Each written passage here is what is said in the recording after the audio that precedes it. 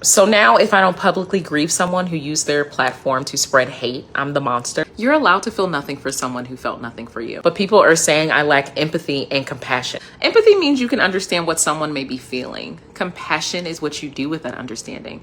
But that doesn't mean you're required to care. It doesn't mean that you're required to grieve them. It doesn't mean that you have to make space for their pain. So why do people keep saying that I should feel guilty, like I'm supposed to at least say something? Because this is another kind of emotional labor people expect from historically excluded and marginalized individuals. Not just surviving injustice, but grieving the people who delivered it.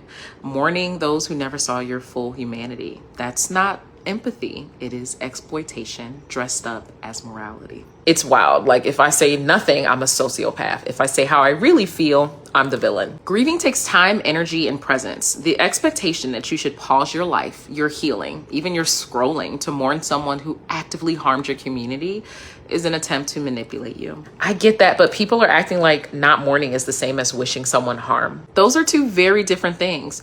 Choosing not to use your emotional bandwidth to honor someone who consistently denied your worth isn't the same as celebrating their death. There's a difference between neutrality and cruelty, and no one gets to demand your tenderness. Now people are saying I'm heartless because he was a man of God with a family. Like I'm supposed to grieve just because he had people who loved him. Being loved by your family doesn't erase the harm caused to others, and someone's religion is not a shield from accountability. You can be a father, a Christian, and a bigot who has committed heinous acts. Does not mourning him mean I'm supporting the violence? No, that's a false equivalency and a manipulator's favorite tool. Choosing silence or honesty is not the same as celebrating harm.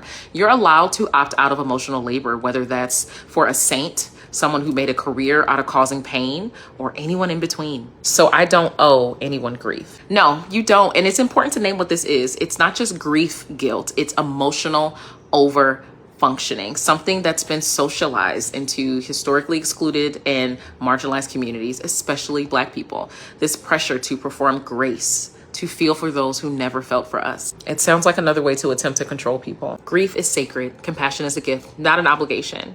And your energy is precious. You're allowed to keep it for people who never made you prove you deserve to exist. Thank you, Dr. Raquel Martin, for saying a lot of what we are feeling. And I'm thinking of George Floyd and his family today on his birthday.